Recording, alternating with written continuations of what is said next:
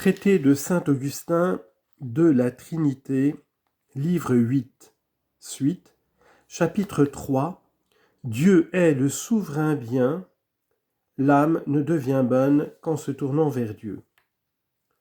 Encore une fois, si tu peux, vois, certainement tu n'aimes que ce qui est bon, car c'est bon, cette terre qui s'élève en montagne ou s'abaisse en colline et en plaine, ce domaine agréable et fertile, cette maison construite en ailes régulières, vaste, inondée de lumière, ces animaux, corps vivants, cette atmosphère tempérée et salubre, cette nourriture savoureuse et saine, cette santé exempte de douleur et de fatigue, cette face humaine régulière dans ses traits, portant l'empreinte de la gaieté et animée de vives couleurs.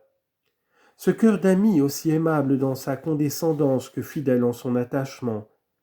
C'est bon, cet homme propre et juste, ces richesses qui procurent tant d'aisance, ce ciel orné de soleil, de lune et d'étoiles, ces anges avec leur sainte docilité, ce langage plein d'une douce instruction et de sages avertissements. Cette poésie au rythme si harmonieux, aux pensées si sérieuses. Que dire de plus ? Oui, ceci est bon et cela encore. Mais ôte ceci et cela, et vois le bien en lui-même, si tu peux, et alors tu verras Dieu bon, non par emprunt, mais bien de tout bien. Et dans tous ces biens que j'ai énumérés, ou qui peuvent s'offrir à la vue et à la pensée, nous ne pourrions, en jugeant sainement, dire l'un supérieur à l'autre, si nous n'avions, imprimé au-dedans de nous, la notion du bien lui-même, d'après lequel nous déclarons une chose bonne et préférons un bien à un autre. C'est ainsi qu'il faut aimer Dieu, non pas tel ou tel bien, mais le bien lui-même. Car il faut chercher le bien de l'âme, non un bien qu'elle effleure en passant, mais auquel elle s'attache avec amour. Et quel est ce bien sinon Dieu ? L'âme n'est pas bonne, l'ange n'est pas bon, le ciel n'est pas bon, mais le bien seul est bon. Un exemple fera peut-être mieux comprendre ce que je veux dire. Quand j'entends parler d'une âme bonne, il y a deux expressions, et à ces expressions se rattachent pour moi deux idées. Elle est âme, elle est bonne. Pour être âme, l'âme elle-même n'a rien fait, car il n'y avait rien en elle qui pût faire ce qu'elle exista. Mais pour être âme bonne, je vois que sa bonté a dû agir. Non que le seul fait d'être âme ne soit déjà quelque chose de bon. Autrement, pourquoi la dirait-on, et avec toute raison, meilleure que le corps ? Mais cela ne suffit pas pour qu'on la dise âme bonne, parce qu'il lui reste à agir par la volonté pour se rendre meilleure. Si elle n'en tire point parti, on la blâme à juste titre et on a raison de dire qu'elle n'est point une âme bonne, car elle diffère de celle qui agit, et si celle-ci est digne d'éloge, celle qui fait autrement est nécessairement digne de blâme.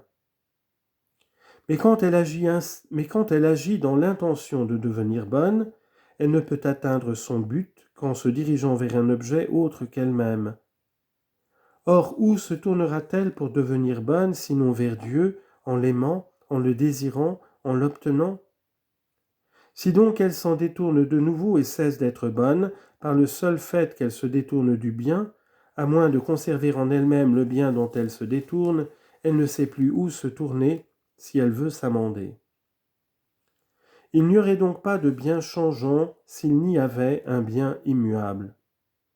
Ainsi, quand vous entendez parler de telle et telle chose qui sont bonnes et qui pourraient d'ailleurs ne l'être pas, si vous pouvez, en dehors de ces choses qui sont bonnes, qui ne sont bonnes que par participation au bien, entrevoir le bien même dont la participation les rend bonnes, et vous en avez l'idée dès qu'on vous parle de telle ou telle chose bonne, si, dis-je, vous pouvez, en faisant abstraction de ces objets, entrevoir le bien en lui-même, vous aurez entrevu Dieu.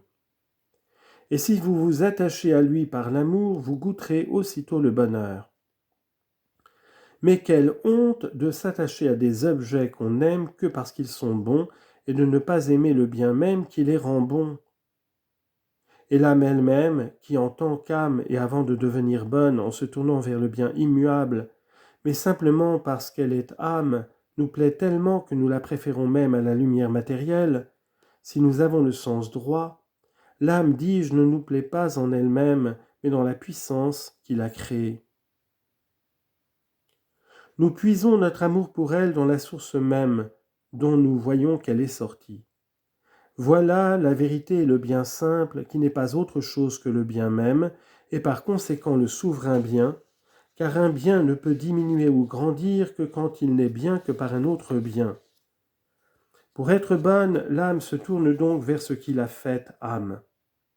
C'est alors que la volonté s'unit à la nature pour perfectionner l'âme dans le bien, quand cette volonté se tourne par amour vers le bien, d'où vient le bien qui ne se perd pas, même quand la volonté se détourne.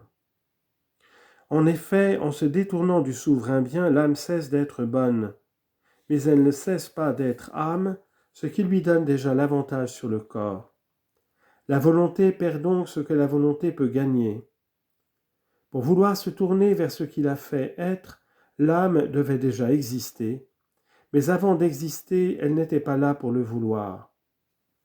Et voilà notre bien, celui où nous voyons s'il a dû ou doit être tout ce que nous comprenons qu'il a dû ou doit être, et où nous voyons également qu'il n'eût pas pu, s'il ne l'eût dû, être tout ce que nous comprenons qu'il doit être, bien que nous ne sachions pas comment il l'est.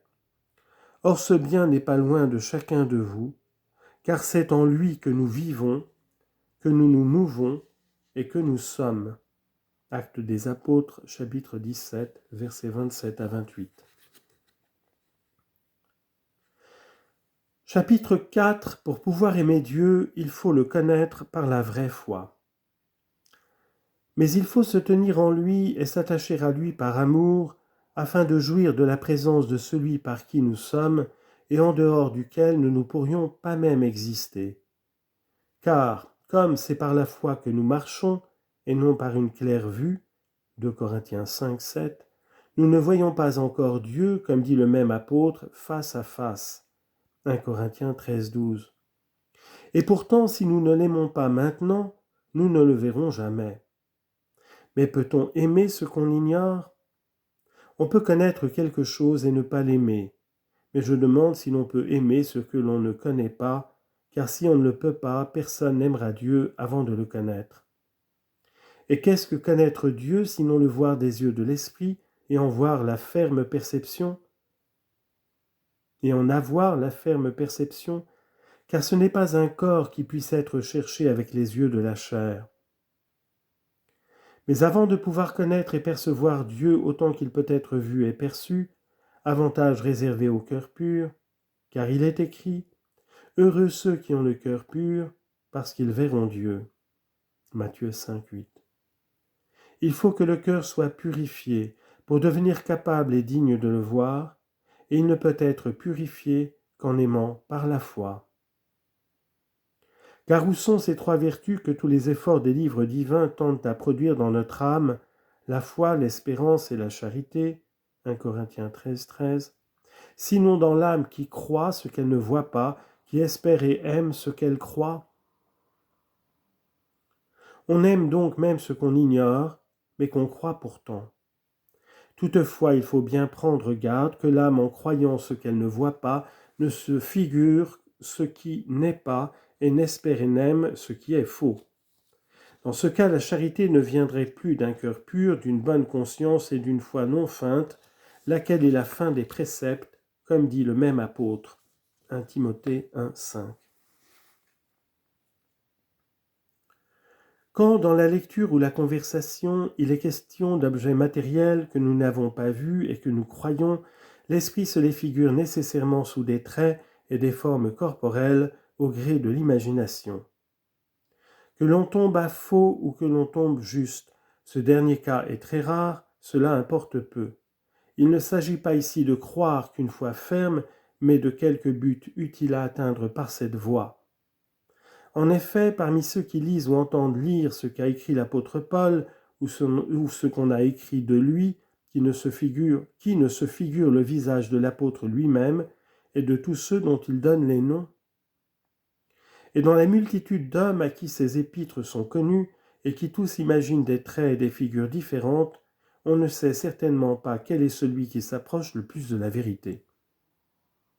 Or, les formes corporelles de ces personnages ne sont pas l'objet de notre foi, mais la vie qu'ils ont menée par la grâce de Dieu et les actions que l'Écriture sainte rapporte de chacun d'eux.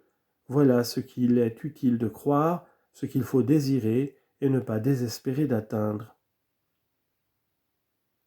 La figure même de notre Seigneur est aussi l'objet de 1000 imaginations différentes. Et pourtant, quelle qu'elle fût, il n'en avait qu'une. Et dans ce que nous croyons de notre Seigneur Jésus-Christ, la notion saine n'est pas celle que l'esprit s'imagine et qui est peut-être fort éloignée de la réalité, mais celle que nous en avons d'après l'espèce humaine, car nous portons l'image de la nature humaine gravée dans notre âme, à tel point que nous reconnaissons l'homme ou la forme humaine aussitôt qu'elle frappe nos yeux.